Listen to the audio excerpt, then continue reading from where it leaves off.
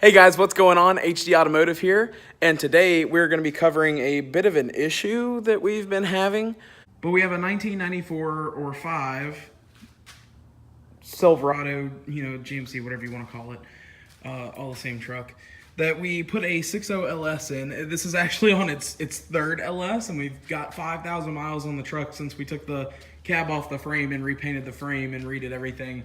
There's the second motor under that sheet over there, and the first motor,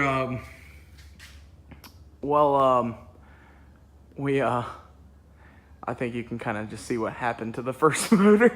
So yeah, we instead of this time, we've been going with truck motors, iron blocks. This time around, we wanted to go with an aluminum block just to take some weight off the front end. So we found this GTO block, and we ended up using it. It's a 6.0 block, and we had a head gasket issue over here on this side, and our engine builder told us that since it's aluminum to aluminum with a steel gasket in between, that most of the time they will leak for some reason, some kind of expansion reason or something, but it would only do it when it would get to operating temp. Right down here, you can see, hold on, yeah. All right, you see those numbers by that spark plug wire? That is a tab that hangs off of the head gasket. Well, towards the back of it, it was leaking coolant whenever it would get up to operating temp. It would drip coolant here and there. So what we did is our engine builder told us to go get some stop leak, which we didn't really care for the most part, because we feel like something is wrong, but we're taking his word for it. He's been building motors for 30 plus years, so we're taking his word for it. And we added it to it. We ran it for the recommended 40 minutes, and it hasn't leaked a drop. So that fixed that issue. And we even took everything off, the valve cover off and everything, and retorqued the head bolts, because we thought maybe the head wasn't torqued down all the way because the other side was never leaking. Well, we torqued them down to 80 pounds this time instead of 75 foot-pounds, and it just continued to leak. My dad's the one that reassembled it, and when he reassembled it, if you can see there, that's the valve cover gasket, that little blue piece of rubber hanging out from under the valve cover. So we went and took it out on a drive and everything, and you can see down here on the header, the discoloration on the header and all right there, where oil leaked out right there and burned on the header, and the truck was smoking like hell. So we popped the hood, and that's the first thing we saw. So we've got a new gasket on the way. So in the meantime, I'm just gonna tear this valve cover off and everything. My light was freaking the hell out. I'm gonna tear all the coil packs off, tear the valve cover off, and we're gonna be reinstalling a new valve cover for this motor.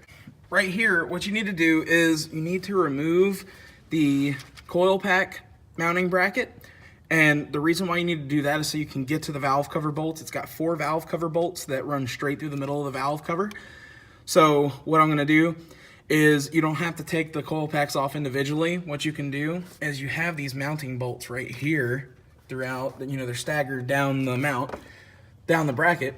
You want to take all those out. They're a 10 millimeter.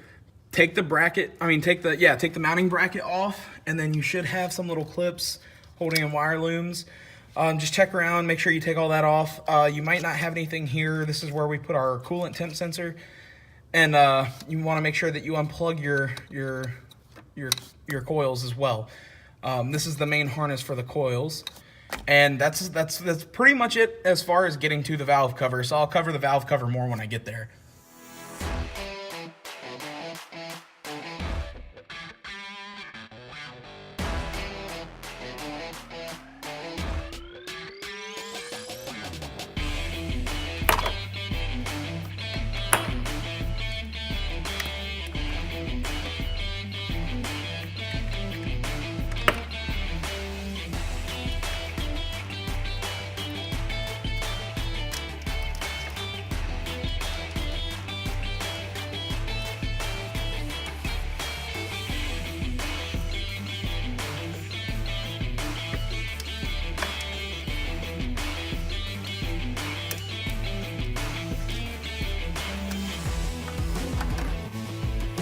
So now that we have our coil bracket off and our coils,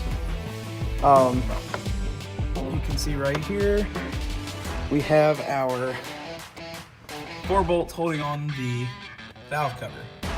All you're gonna do is back these bolts out. They have a little rubber retainer on them. Make sure you don't lose that, and make sure you don't damage it, because if you do, you're probably gonna end up going and looking for another one.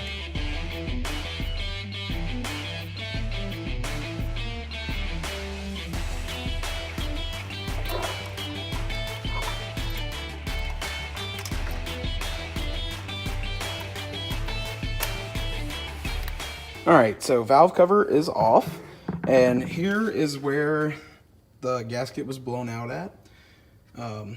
This gasket is actually still in great shape. It's not mashed down a whole lot or anything.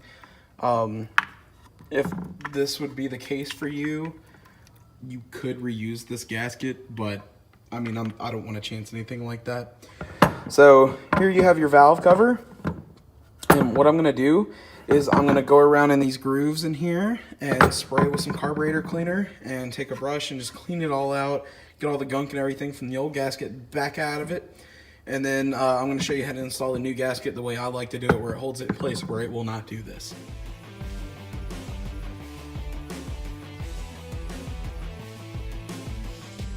Okay, so once you got all your brake cleaner dried out of the channels for the gasket on your valve cover, you want to get your new valve cover set and go ahead and get it open, as well as getting some Permatex Ultra Black gasket maker.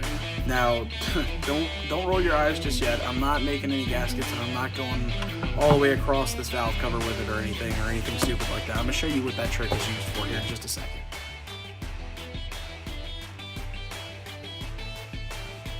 Okay, so once you have everything out of the packaging, if I'm only doing the one side, you're going to pull out 4 of the bolt grommets, because you only have 4 per side. So we're going to set those to the side, bring in our valve cover, and what you want to do is you want to see exactly how your gasket's going to sit in the valve cover. As you can see, we have these ridges right here, and that's where these little divots in the gasket set. And then also, you want to make sure, if you look at the gasket right here, you have the rounded top, and then you have kind of a bladed bottom. That's what sits in this channel.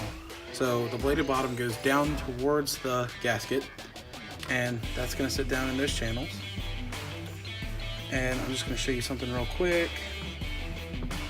As you put on the gasket, you'll see that there is a near perfect fit on the gasket.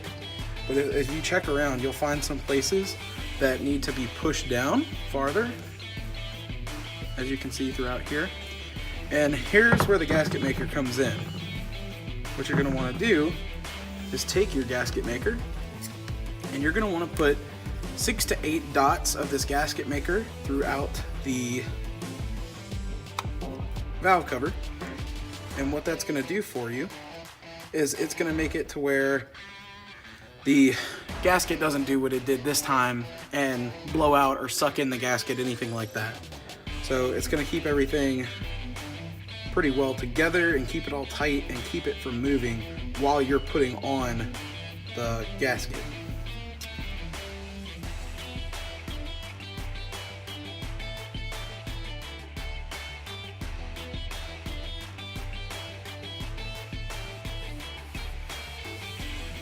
Okay, so as you can see in here on the valve cover, put a dot here, little dot here, little here, little here, just spread throughout the valve cover. And what that's gonna do is, it's, like I said before, it's gonna hold this gasket in and keep it from doing that as you go to put it back on the vehicle. It's gonna make life just a little bit simpler for you. And this is just a little trick I use. I know some other people probably use it, but nobody gave this trick to me, so I had to figure it out my own way. Just sit here and hold it a minute, and the gasket maker will start to seal and start to cure. And once it does, it will hold everything in place, and it won't be slipping around, and it won't become an issue anymore as it was before.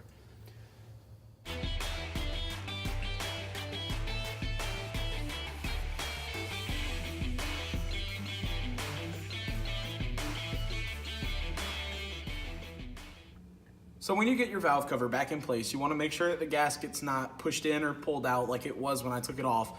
That was the problem in the first place. When it was being installed, it got pulled out and nobody noticed it as they were putting everything back together somehow, even though it was like 1.5 inches worth of gasket sticking out. So what you want to do is once you get that all back on and you go to tighten them back down, there's no specific torque spec that I use. I know GM says otherwise, but as long as they're tight, they're tight. Now you don't want to bear down on them because it is going down into aluminum. So what you're going to want to do when you're tightening your valve cover bolts is start in the middle bolts. You're going to want to do this one, this one, this one, this one, or in the opposite order. This one, this one, this one, this one. And what that does is it compresses the gasket outward, as I was talking about earlier. So yeah, let's go ahead and take care of that.